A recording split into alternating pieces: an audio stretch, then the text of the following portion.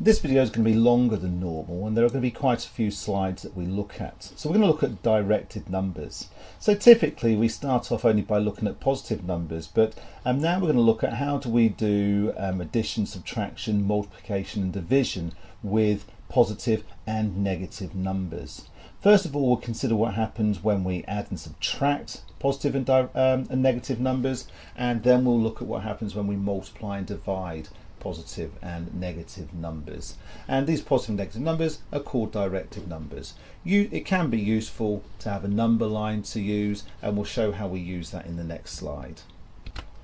Before we start to try and understand what happens with the directed numbers, let's try and extend our number line so that it goes negative as well. So typically we're used to 0, 1, 2, 3, 4, 5 going up forever.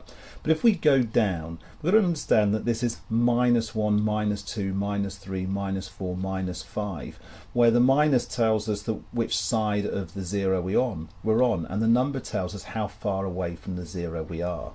So how do we go about solving a problem like this? Well, what we do is with a positive we go up and negative we go down. The first number tells us where to start and the second number tells us how far to move. So on this one here we're going to start at 3 and then we're going to go up 2. So 1, 2, the answer is 5.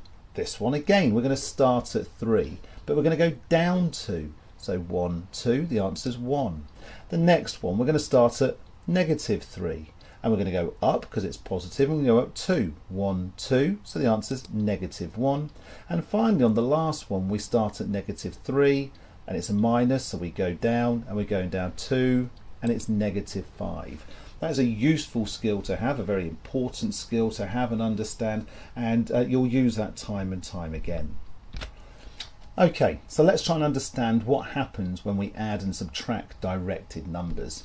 So imagine we've got 3 cards and their scores and we've gone down to minus. Well, we've got negative 3. Negative 3 add 6, we know from the last one, gets us to 3. Add another 3 gets us to 6. So we've got a total of 6.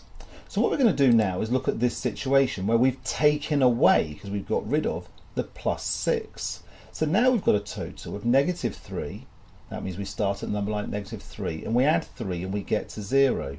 So that means we've got a total of 0. So taking away positive 6 was the same as taking away 6. So taking away a positive is the same as subtracting. Subtracting the positive is subtracting. Let's look at another example. So this time I've taken away the negative 3. Well, what are we left with? Well, we've got positive 6 plus 3. That's a total of 9. So that was the same as adding 3. So that means taking away negative 3 was adding 3. Well, that gets us to rule 2.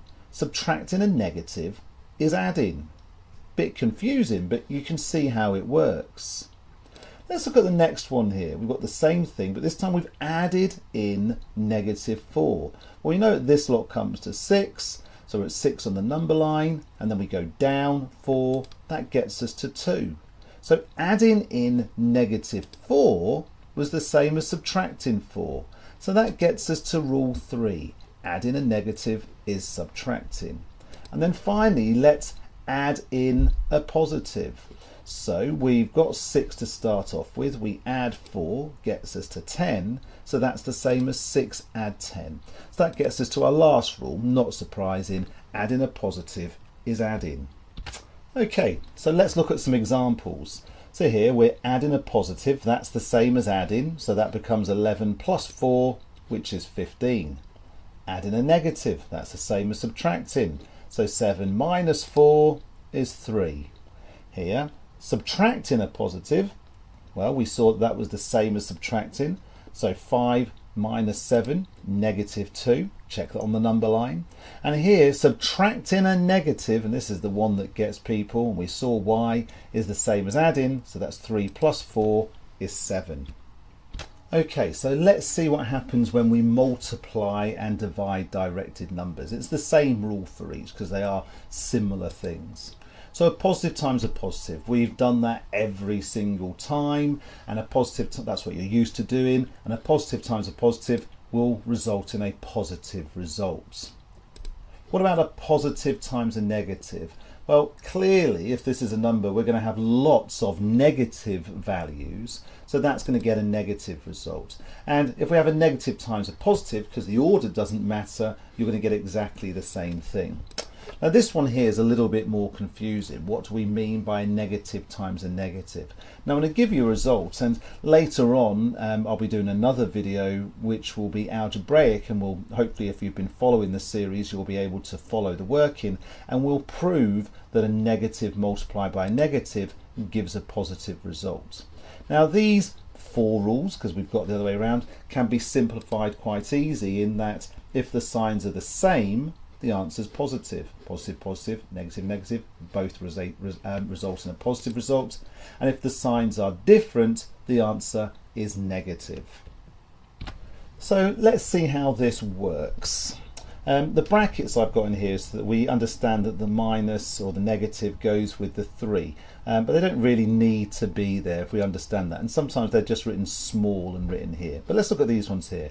A positive times a positive, well, that's positive. And so we know the answer is positive, and 5 times 4 is 20.